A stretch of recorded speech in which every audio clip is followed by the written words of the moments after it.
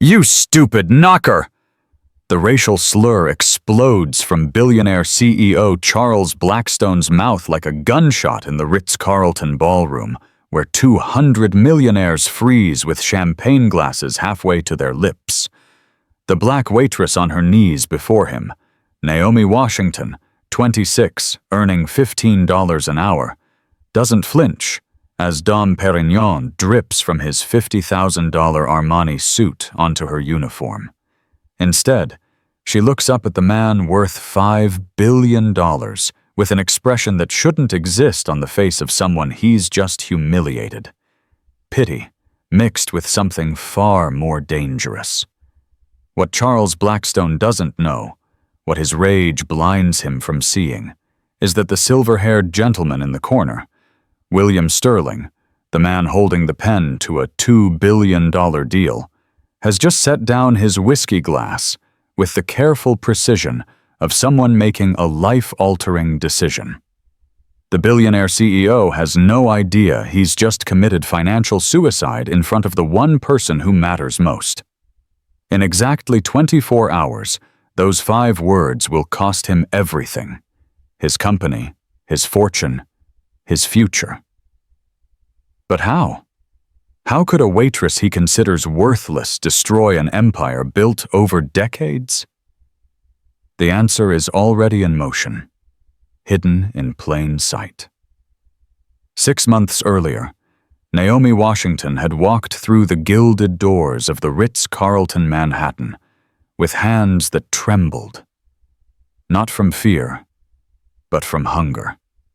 The job interview at 10 in the morning meant she'd skipped breakfast to save the $2 subway fare, walking 40 blocks in worn flats that cut into her heels with every step. $15 an hour to serve champagne to billionaires. It was more than the 3 part-time jobs she'd been juggling combined, and it came with health insurance, real insurance that might actually cover Marcus's therapy sessions. Marcus, her baby brother, though at 19 he towered over her when he could stand. Cerebral palsy had twisted his brilliant mind inside a body that betrayed him daily, turning simple tasks into Olympic events. $3,000 a month for specialized care, not counting the medications that insurance companies deemed experimental despite 20 years of proven results. Their parents had left them nothing but debt and each other, their mother to cancer when Naomi was 16, their father to a bottle and a highway median 2 years later. The hiring manager at the Ritz had looked at her resume: Brooklyn Community College dropout, 5 years of scattered service jobs, and seen exactly what he expected to see: another desperate black woman who'd smile pretty and stay invisible. "Can you handle difficult guests?" he'd asked, barely glancing up from his phone. Naomi had thought of Marcus, of the eviction notice taped to their door, of the Stanford basketball scholarship she'd torn up the day their father died. "I can handle anything," she'd said, and meant it. But there was another reason Naomi chose the Ritz-Carlton, something she'd never told anyone except the man who signed her paychecks every 2 weeks through a shell company that traced back to Sterling Enterprises. The email had arrived the night before her interview, from an address she didn't recognize. "My dear daughter, take the job. Watch, listen, learn how power shows its true face when it thinks no one important is looking. Your time will come, W.S." She'd almost deleted it as spam. Would have, if not for the attachment. A photograph from 15 years ago. 11-year-old Naomi in a Brooklyn group home, playing chess with a silver-haired man in a $1,000 suit who'd wandered in during a charity tour. William Sterling had spent 4 hours that day teaching her the Czech Benoni defense, and before leaving, he'd whispered something that made no sense to a grieving child. Sometimes the most powerful piece on the board is the one everyone ignores. Now, serving champagne to men who spent more on watches than most families saw in a lifetime, Naomi understood. She became a student of power, cataloging every tell, every pattern. Charles Blackstone always arrived 15 minutes early, always sat at table 7, always ordered the Dom Perignon 2002. He measured his worth in the fear he could inspire in others, the way conversations died when he entered a room, the way assistants scurried like roaches when he snapped his fingers. She'd watched him reduce a sommelier to tears over a microscopic lipstick smudge on a glass. Seen him fire a coat check girl for taking 30 seconds too long. Observed how he kept a running tally of humiliations, like a collector maintaining his portfolio. But she'd also noticed something else. The deals that fell through after his outbursts. The investors who mysteriously withdrew after witnessing his management style. Power built on fear was like champagne. Effervescent, intoxicating, and quick to go flat. The night before the charity gala, Naomi had received another email. No words this time, just a subject line. Tomorrow, everything changes. She'd stared at it while Marcus slept in his specialized bed, machines beeping softly in the darkness of their 2-bedroom apartment. Change. After 6 months of watching, of being invisible, of letting entitled men grab her wrist and whisper suggestions that made her skin crawl, was she ready for change? That morning she'd helped Marcus with his exercises, his face contorting with effort as he fought to make his muscles obey. "You're the strongest person I know," she'd told him, and he'd smiled that crooked smile that broke and rebuilt her heart daily. "Nah," he'd managed, each word a victory. "That's you, Nomi. You're gonna change the world someday." Standing in the service corridor of the Ritz-Carlton, adjusting the uniform that marked her as nobody important, Naomi had thought about chessmen and power, about visibility and invisibility, about the email promising change. She didn't know that in 3 hours, Charles Blackstone would give her the perfect opening. She didn't know that her 18-hour shifts and aching feet had all been leading to a moment of spectacular implosion. All she knew was that tonight felt different.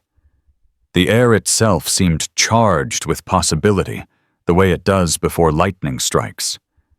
And in the main ballroom, William Sterling was already seated at his corner table, watching the door with the patience of a grandmaster who'd already calculated 30 moves ahead. The presidential ballroom of the Ritz-Carlton Manhattan sprawled across 5,000 square feet of orchestrated opulence, a stage where America's elite performed their nightly rituals of wealth and influence. Crystal chandeliers imported from Baccarat cast rainbow fractals across tables draped in Irish linen, while a string quartet played Mozart beneath a ceiling hand-painted by artists flown in from Florence.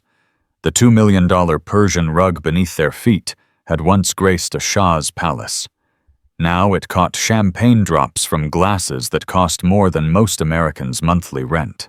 Tonight's performance was the Sterling Foundation Annual Gala, a $10 million charity auction where tax write-offs masqueraded as philanthropy. 200 of Manhattan's most powerful had gathered, each table a small nation-state of influence. There were tech moguls who'd disrupted entire industries before breakfast, senators who shaped laws between courses, Hollywood directors who manufactured dreams for global consumption, and influencers whose single posts could shift markets or destroy reputations. At the epicenter sat Table 7, the ground zero of tonight's real business. Charles Blackstone commanded the space like a general surveying conquered territory, his presence making the air itself feel thinner. At 38, he'd built Blackstone Technologies from a garage startup into a $5 billion empire, crushing competitors with the efficiency of a machine designed for war. His origin story, middle-class kid makes good, had been sanitized for Forbes profiles and TED Talks, scrubbed clean of the casualties left in his wake. The truth lived in his body language, in the way he held his shoulders like weapons, in how his eyes calculated the worth of everyone who approached. His father, a high school math teacher, had died of a stress-induced heart attack after being laid off at 52, leaving behind a mortgage and a lesson Charles had carved into his DNA.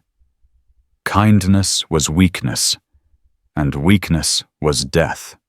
His mother, a night shift nurse, had worked herself into early dementia trying to keep their house. Charles had watched them both choose compassion over ambition, watched it kill them by degrees, and sworn he'd never make the same mistake. "The Bezos deal?" William Sterling's voice cut through Charles's reverie. The old man sat across from him, nursing a whiskey that probably cost more than Naomi's weekly paycheck. At 72, Sterling controlled a fund worth $50 billion, making him the kind of man who could reshape entire economies with a phone call. Tonight, he held the keys to Blackstone Technology's future, a $2 billion investment that would take the company public and cement Charles's place among the titans. "Wrapped up last quarter," Charles replied, his tone suggesting the 8-figure deal was as mundane as ordering coffee. Jeff finally saw reason about the logistics integration. Sometimes you have to show people the cliff before they understand they're already falling. Sterling's expression remained unreadable. Those gray eyes that had witnessed decades of boardroom bloodshed giving away nothing. Around them, 6 other investors from Dubai, London, and Zurich listened with the attention of courtiers watching a king. These were men who measured success in destroyed competitors and broken unions, who understood that in the ecosystem of extreme wealth, you were either predator or prey. "Speaking of falling," Charles continued, his voice rising just enough to command the surrounding table's attention. "Did you hear about Davidson's little problem with the SEC? Turns out his charity was more creative with its accounting than his CFO. The laughter that followed was sharp as crystal breaking, the sound of hyenas celebrating another corpse in the kingdom of plenty. This was Charles in his element, performing cruelty as entertainment, wielding humiliation like a conductor's baton. He'd already warmed up on Sarah Mitchell, his Harvard-educated assistant, when she'd arrived 5 minutes late with the contract drafts. "Harvard must have lowered their standards," he'd said, loud enough for half the room to hear. "Though I suppose they need to fill their diversity quotas somehow." Sarah, blonde and blue-eyed as a recruitment poster, had flushed red and mumbled apologies, not understanding she'd been degraded simply because Charles needed to demonstrate his power before the main event. Naomi watched it all from her position by the service station, her practiced invisibility allowing her to observe the ecosystem of power in its natural habitat. She'd learned to read the room's geography like a battlefield map. The mayor's table, where zoning laws were rewritten between appetizers. The pharmaceutical executives' corner, where they casually discussed price hikes that would bankrupt families like hers. The senators' section, where democracy was auctioned to the highest bidder over cognac. But her attention kept returning to Sterling. For 6 months, she'd served him champagne and watched him watch others, noting how he cataloged every cruelty, every small betrayal of character. He had a tell, a slight tightening around his eyes when he witnessed something that offended him, though he never intervened. Until tonight, Naomi had wondered why a man with his power tolerated the Charles Blackstones of the world. Now, feeling the weight of his occasional glances, she began to understand. Sterling wasn't tolerating. He was waiting. The same way she'd been waiting, invisibility her camouflage, service her cover story. In this room full of predators, they were both playing longer games. The evening's charity auction proceeded with mechanical enthusiasm. A week at a senator's Hamptons estate, $200,000. A walk-on role in a Netflix series, $500,000. Pocket change thrown at problems these same people had helped create. Tax-deductible band-aids on systemic wounds. Charles bid aggressively, not out of generosity, but because winning was the only metric that mattered. Each victory was punctuated by his signature move, a dismissive wave that reduced the losing bidders to background noise. "You know what separates winners from losers?" Charles asked the table, 3 drinks making his voice sharper. "Losers think business is about relationships. Winners understand it's about dominance. Every interaction is a zero-sum game. Either you're taking or you're being taken." "Interesting philosophy," Sterling observed, swirling his whiskey. "Your father was a teacher, wasn't he? Mine was a janitor. Cleaned offices for 30 years. Never missed a day." Something flickered across Charles's face. Annoyance at the personal revelation, confusion at its relevance. Sterling continued. "He used to tell me that the way a man treats those who can do nothing for him reveals everything worth knowing about his character." The words hung in the air like a challenge. Charles's jaw tightened, his fingers drumming against the table in a pattern Naomi recognized. The prelude to an explosion. He hated being lectured, hated even more the implication that his success needed moral justification. In his world, money was the only morality that mattered. "With all due respect, William," Charles said, his smile sharp as a blade, "your father's generation didn't understand scale. They thought small, acted small, died small. The world's moved past their fairy tales about character and hard work. Now, if you'll excuse me, I need to use the facilities before we close our little arrangement." He stood, straightening his suit jacket with the precision of a man preparing for battle. As he moved through the crowd, Naomi caught something in Sterling's expression. Satisfaction? Anticipation? The old man touched his phone, typing something brief, then settled back to wait. The collision course was set. Charles Blackstone, apex predator of the financial world, navigating the party like a shark through schools of smaller fish. Naomi Washington, invisible servant, moving with a tray of champagne toward table 7. William Sterling, puppet master, watching all the strings align. In 90 seconds, their trajectories would intersect. In 90 seconds, Charles would make the mistake that would cost him everything. And somewhere in the quantum space between accident and destiny, fate was already laughing at the brutal poetry of it all. At 9:47 p.m., Naomi Washington balanced 12 crystal flutes of Dom Perignon 2002 on a silver tray that caught the ballroom's light like a mirror. Each glass held $1,000 of champagne, more money than she'd make this month, balanced on her fingertips as she navigated through clouds of perfume and seas of designer gowns. The weight was nothing compared to the exhaustion of a 16-hour shift or the ache in her feet from heels that management insisted made the staff look more professional.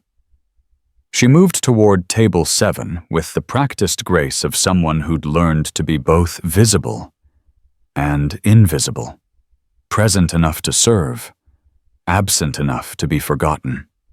The champagne glowed golden in the crystal, tiny bubbles rising like reversed rain, each pop at the surface worth more than the subway fare she'd counted out that morning in crumpled bills and borrowed quarters. The collision began with joy. A Dubai investor, flush with the promise of profits that would buy another yacht, another mansion, another mistress, leaped to his feet with the enthusiasm of a man whose life had never taught him consequences. His hand swept outward in a gesture of triumph, catching Naomi's elbow just as she reached the table's edge. Time dilated. The tray tilted. Physics took over. 3 glasses of Dom Perignon, $3,000 of liquid status, arced through the air in perfect parabolas. Naomi watched them fall with the helpless clarity of nightmares, her body already moving to minimize damage, her mind calculating angles and outcomes. 2 glasses shattered against the table, sending champagne across the white linen, like golden blood. The third found its target with the precision of guided missiles. Charles Blackstone felt the champagne hit him like a slap from God. It cascaded down his chest, soaking through the Armani suit he'd bought to intimidate, pooling in his lap with the warmth of public humiliation. For a moment, the entire ballroom froze. 200 of New York's most powerful holding their breath, waiting to see which way the violence would flow. His face transformed in stages. Surprise melted into disbelief. Disbelief crystallized into rage, and rage exploded into something primal that stripped away 40 years of cultivated sophistication. The veins in his neck stood out like cables under tension. His hands clenched into fists that had never thrown a punch, but suddenly wanted nothing more than to destroy something, anything, to transfer this humiliation onto someone else's flesh. In that instant, a memory crashed through his defenses. 12 years old, standing in the cafeteria while Brad Chen poured chocolate milk over his head, the entire school laughing, pointing, recording. "That's what you get for thinking you're better than us, welfare boy." The shame of it, the helplessness, the promise he'd made to himself that night. Never again would anyone make him feel small. Never again would he be the victim. "You stupid knucker!" The words erupted from somewhere deeper than thought, from the dark place where childhood trauma crystallized into adult cruelty. "Can't even serve champagne properly? They'll hire anyone these days." His voice crescendoed, filling the ballroom with poison. "This suit costs more than your entire worthless life. I've built empires while your kind serves drinks. Get on your knees where you belong and clean this up." His hand shot out, grabbing Naomi's wrist with the force of possession. She'd felt this grip before, not his specifically, but the same entitlement made flesh, the same assumption that her body was public property. His fingers pressed into her skin hard enough to leave marks, yanking her downward, trying to force her to kneel in the spreading puddle of champagne and broken crystal. But Naomi Washington did not kneel. Instead, she looked up at him with eyes that held no fear, no anger, no tears. What Charles saw there made his rage stutter for just a moment. Pity. Pure, undiluted pity. As if she were looking at a rabid dog that didn't know it was already dying. As if she could see through his expensive suit to the frightened 12-year-old still running from cafeteria humiliation. As if she knew something about his future that he didn't. The ballroom had become a theater of witness. 30% of the guests had their phones out, recording every second with the reflexive instinct of a generation that understood documentation as power. The small red lights of their cameras dotted the darkness like predator eyes. 20% sat in shocked silence, their own prejudices warring with their sense of public propriety. But 50%, a full half of the room, had turned their attention to one man. William Sterling rose from his chair with the deliberate slowness of tectonic plates shifting. Each movement was calculated for effect, from the way he set down his whiskey glass to how he adjusted his tie. The room's attention split between the violent tableau at table 7 and the silver-haired man now walking toward it with the measured pace of an executioner approaching the scaffold. "Charles!" Sterling's voice cut through the chaos like a blade through silk. Just one word, but it carried the weight of verdict, of judgment, of consequences arriving at the speed of justice. Charles's head snapped toward him, rage momentarily redirected. "William, this girl, she—" But Sterling had already dismissed him, turning instead to Naomi, who still stood frozen in Charles's grip. Behind them, phones captured every frame. The contrast was cinematic. Charles Blackstone, red-faced and champagne-soaked, his mask of civility shattered to reveal the monster beneath. Naomi Washington, dignified even in distress, her uniform stained but her humanity intact. And William Sterling, approaching like fate itself, about to speak words that would rewrite the trajectory of 3 lives. Sarah Mitchell watched from her position by the wall, remembering her own humiliation an hour earlier, seeing in Naomi's eyes the same exhaustion she felt every day working for a man who viewed cruelty as communication. The waitstaff had stopped pretending to work, standing frozen with their trays like soldiers awaiting orders. Even the string quartet had ceased playing, Mozart dying mid-measure as reality intruded on carefully orchestrated fantasy. Charles's grip on Naomi's wrist had become the center of gravity for the entire room. In that connection of flesh and force, everything else orbited: wealth and poverty, power and powerlessness, the assumption of superiority, and the reality of shared humanity. It was a tableau as old as civilization itself, played out in 1,000 variations, but tonight it would end differently. Because tonight, the invisible woman had a secret. Tonight, the puppet master was ready to cut the strings. Tonight, in a ballroom that had hosted presidents and kings, a billionaire was about to learn that some mistakes cost more than money, more than reputation, more than pride. Some mistakes cost everything.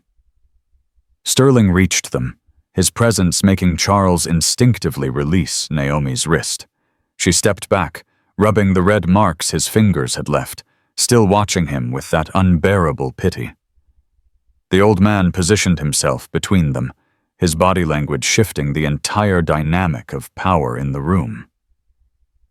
"Charles," Sterling said again, and this time the name sounded like an epitaph. "Let me properly introduce someone." The countdown to destruction had reached 0. In the next 30 seconds, William Sterling would speak 7 words that would detonate like a nuclear bomb in the heart of Charles Blackstone's carefully constructed world. The cameras would capture every second. The world would watch it all unfold. And Naomi Washington, minimum wage waitress, invisible servant, keeper of secrets, would finally step into the light. "Naomi Washington," William Sterling said, his voice carrying the weight of revelation. "My adopted daughter." The words landed like artillery shells in the sudden silence. Charles Blackstone's face went through a series of micro-expressions that the surrounding cameras captured in high definition: confusion, disbelief, the dawning horror of understanding. His brain, that finely tuned instrument of calculation and cruelty, stuttered and stalled like a flooded engine. "You're... what?" The question escaped him in a whisper, champagne still dripping from his jacket onto Italian leather shoes that suddenly felt like they were sinking into quicksand. Sterling's eyes never left Charles's face as he continued with surgical precision. 15 years ago, I lost my biological daughter in a car accident. Emily was 11, same age as Naomi when I met her at a Brooklyn group home during what was supposed to be a routine charity visit. His voice carried no emotion, just facts delivered like evidence in a court where Charles had already been convicted. I spent 4 hours that day teaching her chess. Do you know what struck me most? Not her intelligence, though she beat me twice. It was how she shared her lunch with a younger boy who'd had his stolen, even though it meant she went hungry. The math was simple enough that even the champagne-soaked circuits of Charles's brain could process it. He had just physically assaulted, publicly humiliated, and hurled racial slurs at the daughter of the man who controlled his company's future. The man whose signature on tomorrow's documents would unlock $2 billion in funding. The man who could destroy him with a phone call. "William, I had no idea."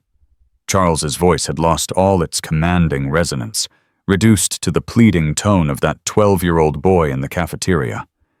His hands, which moments ago had gripped Naomi's wrist like a vice, now trembled visibly. "Of course you didn't," Sterling replied, his tone sharpening. "Because to you she was invisible. Just another servant to abuse, another target for your performed cruelty. But that's the beauty of this experiment, Charles. I wanted Naomi to see how power reveals character when it thinks no one important is watching." He paused, letting the weight of judgment settle. "And you've revealed yours magnificently." Naomi stepped forward then, and in one fluid motion that seemed choreographed by fate itself, she reached up and unpinned her hair, letting it fall in natural waves around her shoulders. With the same deliberate grace, she unbuttoned the serving jacket to reveal an elegant designer dress beneath. The kind of dress that belonged at the tables, not serving them. The transformation was subtle but complete, from invisible servant to someone who belonged in their world more than they did. "You know what's funny, Mr. Blackstone?" Naomi's voice was steady, carrying the kind of quiet authority that didn't need volume to command attention. "You donate $10 million a year to inner-city youth programs. Your foundation has probably helped thousands of kids who look just like me. But you can't even see the humanity in someone serving you drinks." She tilted her head, studying him with those eyes that still held that devastating pity. "I've watched you for 6 months. Every cruel word, every casual humiliation, every time you made someone feel small just because you could, and I kept wondering, what broke inside you to make you this way?" Charles's mind was racing, trying to find an angle, a play, a way to salvage something from this catastrophe. But every move on the board led to checkmate. Around them, the phones kept recording, red lights blinking like eyes of judgment. He could already see tomorrow's headlines, feel his stock price plummeting, hear his board calling for his head. "The deal," he managed, his voice cracking. "The IPO, $2 billion. William, surely we can discuss—" "The deal is dead." Sterling's words fell like a judge's gavel. "As of this moment, my lawyers will send the formal withdrawal in the morning, but let me be crystal clear. Sterling Fund will never, under any circumstances, invest a single cent in any venture connected to you." The ripple effect was immediate and visible. The other investors at the table leaned back as if Charles had become radioactive.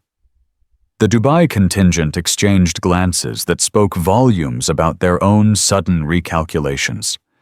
The whispers started at nearby tables and spread outward like wildfire, carrying the news that Charles Blackstone had just committed financial suicide in front of 200 witnesses. "You set me up," Charles said, the accusation desperate and hollow. "This whole thing, you planned this." Sterling's smile was thin as a blade. "I gave you exactly what you've always had. A choice. Every day for 6 months you chose cruelty. Tonight, you chose to grab my daughter's wrist and demand she kneel. No one forced those words from your mouth. No one made you reveal exactly who you are when you think no one important is watching." He straightened his tie, with the air of a man finishing distasteful but necessary business. "The only setup here was the one you created for yourself." The cameras had captured everything. Charles's transformation from corporate titan to desperate supplicant. Naomi's revelation as someone who belonged in their world more than most of them. Sterling's methodical destruction of a man who'd built an empire on the suffering of others. But the final twist was still coming, visible in the cold satisfaction playing at the corners of Sterling's mouth.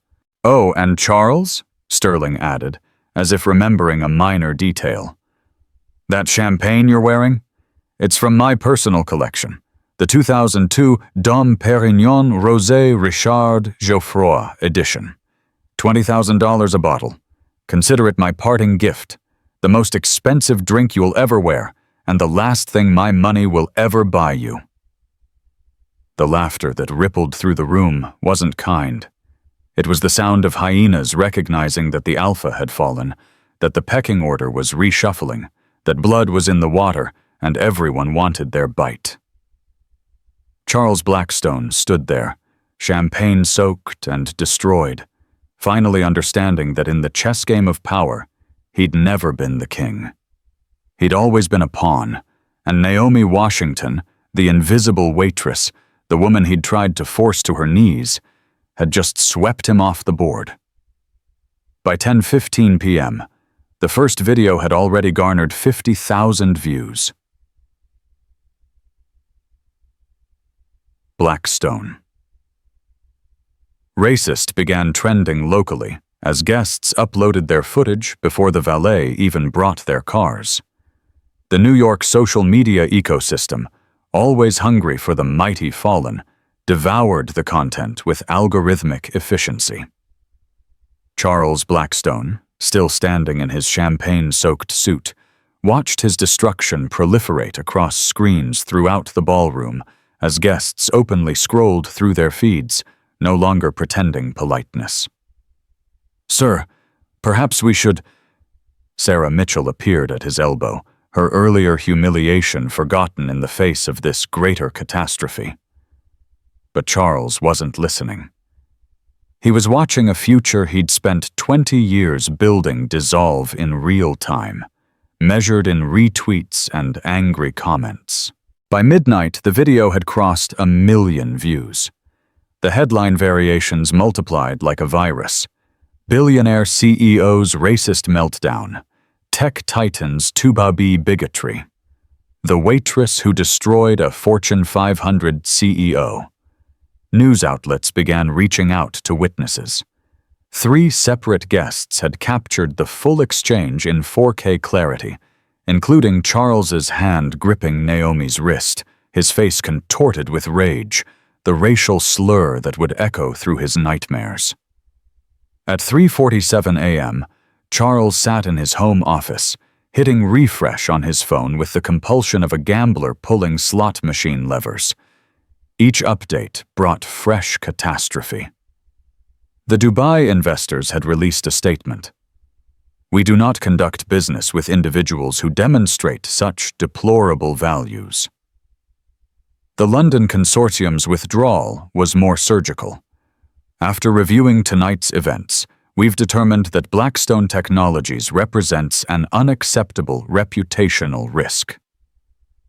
By the time markets opened at 9:30 a.m., Blackstone Technologies was hemorrhaging value. The stock opened down 23% and fell from there, triggering automatic trading halts as it plummeted past circuit breakers.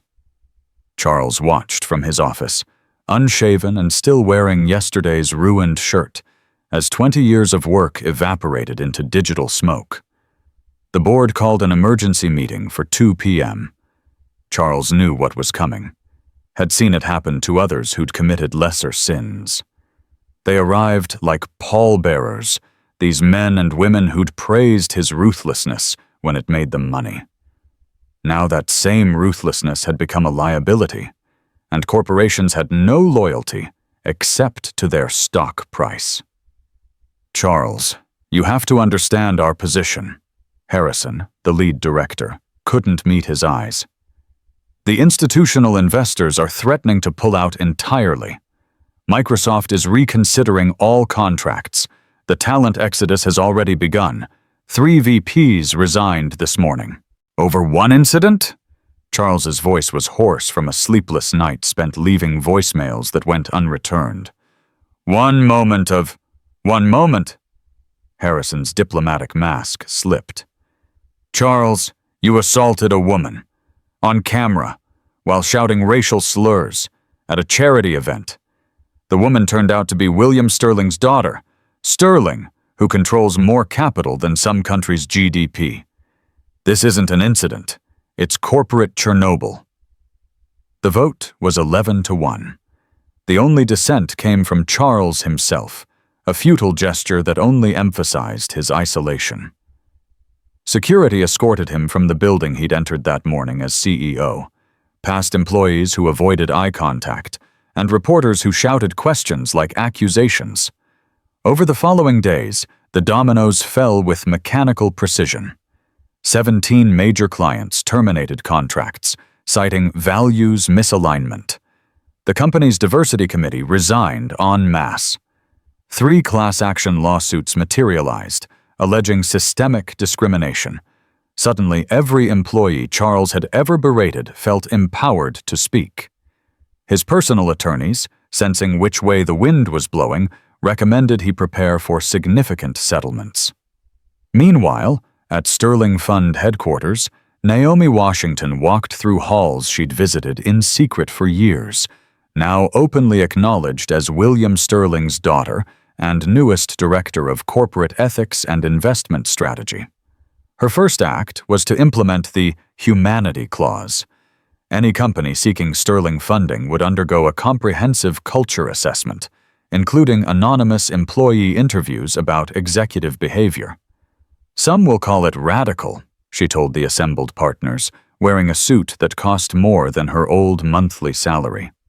But we're not just investing in companies, we're investing in the future we want to see. And that future has no room for leaders who see cruelty as strength. The financial press dubbed it the Naomi effect, a sudden scrutiny of executive behavior that sent shockwaves through corporate America. CEOs who'd built careers on fear found themselves desperately enrolling in sensitivity training. Companies rushed to implement anonymous reporting systems. The phrase, "don't pull a Blackstone," entered the business lexicon as shorthand for self-destructing through arrogance. Charles's attempts at damage control resembled a man trying to bail out the Titanic with a teacup. His Twitter apology, crafted by crisis management experts who charged him $50,000 for advice he didn't follow, was ratioed into oblivion within hours. The press conference he insisted on holding drew only 15 reporters, all of whom came to witness the spectacle rather than offer redemption. His attempts to reach Sterling directly resulted in 47 unanswered calls and a cease and desist letter from Sterling's legal team. Within a month, Charles Blackstone's net worth had plummeted from $5 billion to $50 million, most of it locked in legal battles he was destined to lose. The man who'd measured his worth in others' fear found himself afraid of bankruptcy, of irrelevance, of the isolation he'd crafted for others now surrounding him like a prison of his own making. The security footage from the Ritz-Carlton that night became required viewing at business schools, a case study in how 2 minutes of revealed character could destroy 2 decades of carefully constructed success. Frame by frame, students analyzed the moment Charles grabbed Naomi's wrist, the instant Sterling spoke those fatal words, the transformation of a billionaire into a cautionary tale. But perhaps the most telling detail was what happened in the 58th second of the original video, just before Charles's tirade. If you looked closely, enhanced the image just right, you could see Naomi's expression in the moment before the champagne spilled. She wasn't looking at the glasses or the crowd, or even the man who would soon destroy himself. She was looking directly into the camera, and she was almost smiling. 1 month after the Ritz-Carlton incident, Naomi Washington stood before a conference room filled with Sterling Fund's most senior partners, presenting the first quarterly report on what financial media had dubbed the Humanity Initiative. The numbers told a story of revolution disguised as evolution. 500 companies had voluntarily adopted the new assessment standards, hoping to avoid their own Blackstone moment. Workplace dignity violations are down 30% across our portfolio companies, Naomi reported, her voice carrying the quiet authority of someone who'd earned their seat at the table through more than birthright. Anonymous reporting is up 400%, not because there's more abuse, but because employees finally believe there will be consequences. The conference room's floor-to-ceiling windows framed Manhattan's skyline, the same towers of power she'd once served champagne in, now spread before her like a chessboard, where she finally had pieces to move. At 26, she was the youngest director in Sterling Fund's history, but no one questioned her appointment. They'd all seen the video. They all understood that in the new economy of accountability, she was fluent in a language they were still learning to speak. The ripple effects had spread far beyond Sterling Fund. Harvard Business School had already commissioned a case study. The $2 billion slur: leadership, accountability, and the true cost of corporate culture. Professor Amanda Chen, who'd written it, noted that Charles Blackstone's downfall represented more than individual failure. It was a referendum on an entire system that had rewarded sociopathy as strength. Congress had fast-tracked the Workplace Dignity Act, legislation that had languished in committee for years, suddenly finding bipartisan support. Senator Patricia Williams, who'd been at the gala that night, spoke passionately on the Senate floor. When we allow leaders to dehumanize those they consider beneath them, we corrode the very foundation of our society. The Blackstone incident wasn't an aberration, it was a mirror, and we didn't like what we saw. The real measure of change came in smaller moments. A CEO in Silicon Valley, known for his volcanic temper, was filmed apologizing to a janitor he'd screamed at. The video went viral, but this time as a positive example. "I watched what happened to Charles," he admitted. "Made me realize I'd been him, just with better PR. That's not who I want to be anymore." Meanwhile, Charles Blackstone had become a ghost haunting his own life. His days were spent in a rented office in Queens, his Manhattan penthouse long since sold to cover legal fees, filing job applications that disappeared into digital voids. 237 applications, 0 callbacks. His reputation preceded him like a plague warning, his name toxic to any organization that valued its brand.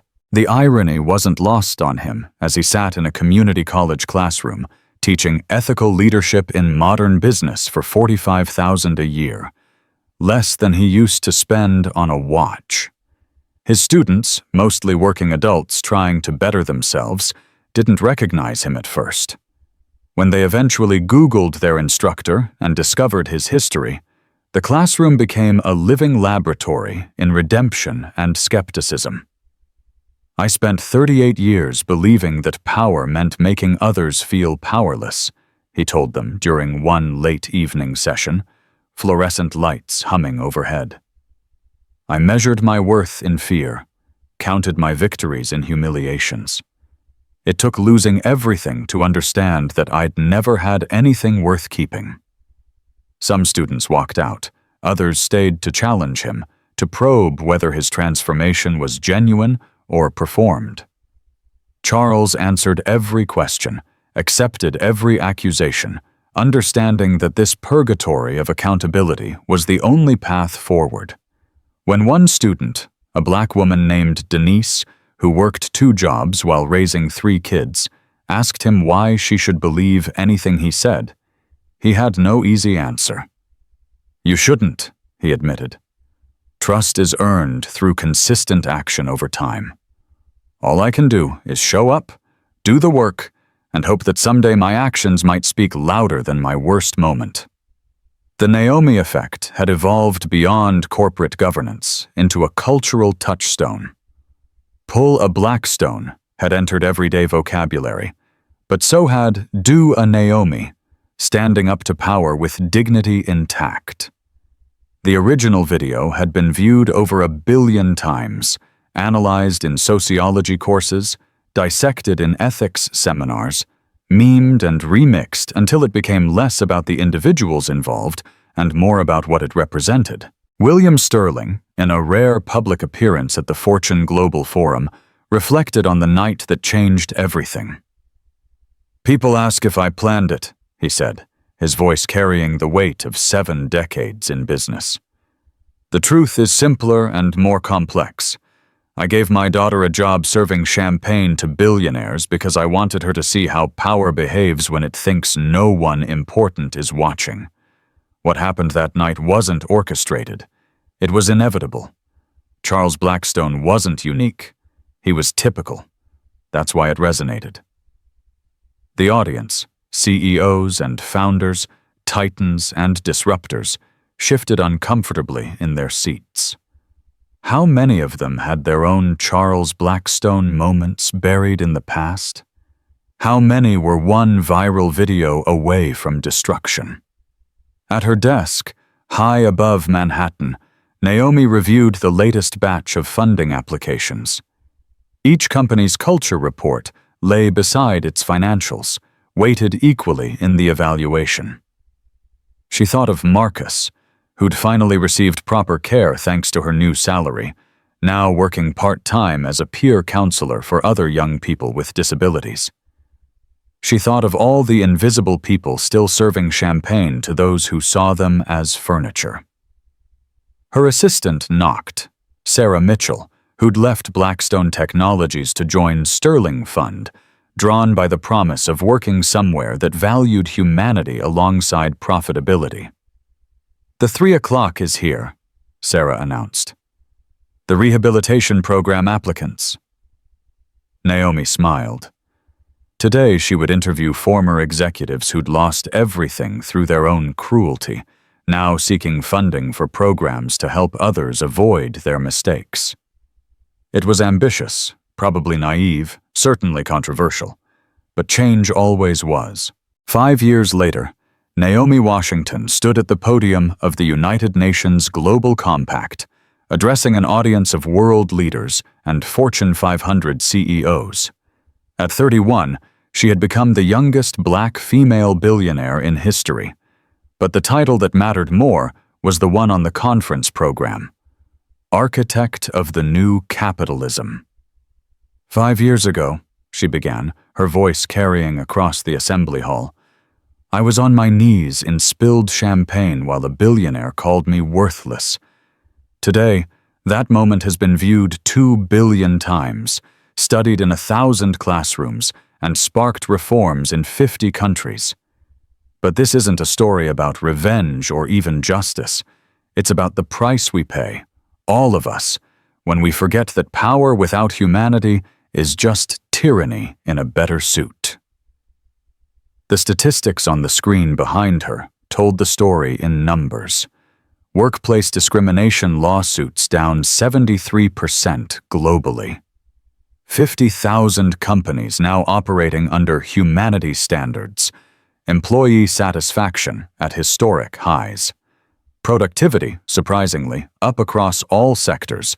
Turns out people work better when treated as humans rather than resources. In the audience, Charles Blackstone sat in the back row, invitation personally extended by Naomi herself. His journey from billionaire to pariah to whatever he was now had been documented in his book, The Fall: How I Lost Everything and Found My Soul. Critics called it self-serving. Supporters saw genuine transformation. The truth, as always, lay somewhere between. After teaching at community colleges for 2 years, Charles had applied to Sterling Fund's rehabilitation program. The interview process was grueling.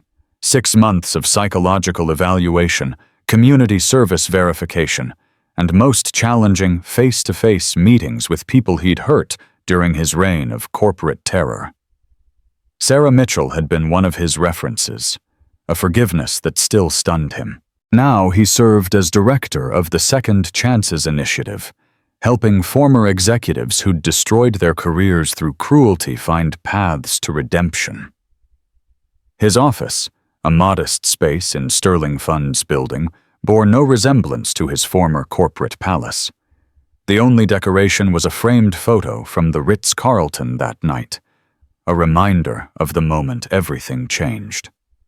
Mr. Blackstone asked me an important question during his interview, Naomi continued from the podium. He asked if I could forgive him. I told him forgiveness wasn't mine to give. It belonged to everyone he'd hurt along the way. But I could offer something else, the chance to prove that people can change, that our worst moments don't have to define us forever. The Ritz-Carlton's presidential ballroom had been renamed the Washington Sterling Memorial Hall, with a bronze plaque by the entrance. In this room, we learned that dignity has no price, but disrespect costs everything. The space now hosted monthly forums on ethical leadership, with speakers ranging from reformed executives to service workers sharing their stories. Marcus Washington had graduated from Johns Hopkins Medical School, his studies funded by the scholarship program Naomi established. He now worked as a neurologist specializing in treating children with cerebral palsy, turning his own struggles into hope for others. At every appointment, he told parents, "My sister taught me that limitations are just starting points for innovation." As Naomi concluded her UN address, she thought about the interconnected web of consequences that had spiraled from one moment of cruelty. Every day, in offices and restaurants, factories and boardrooms, we make choices about how to treat those around us. These seem like small decisions, personal moments that affect only the people in the room. But we've learned that there's no such thing as a private cruelty in a connected world. Every action ripples outward, shaping the future we're building together. The applause was sustained, but Naomi was already thinking ahead. Tomorrow she would review funding applications, mentor young entrepreneurs, continue the work of reshaping capitalism into something that served humanity rather than consuming it. The transformation was far from complete. Systemic change measured in generations, not news cycles. But as she left the podium, passing Charles Blackstone in the back row, she saw him mouth two words: "Thank you." Not for forgiveness, not for redemption, but for the chance to earn both through action rather than words. Outside, Manhattan gleamed in the afternoon sun, its towers of power casting long shadows. Somewhere in those buildings, a CEO was deciding whether to humiliate an assistant. A manager was choosing between compassion and cruelty. A service worker was being seen or ignored. Each choice mattered. Each moment could be the one that changed everything. The price of power without humanity had been definitively set. Everything you've built, everything you are, everything you might have been. The cost of kindness, by comparison, was free. The world was slowly learning to do the math.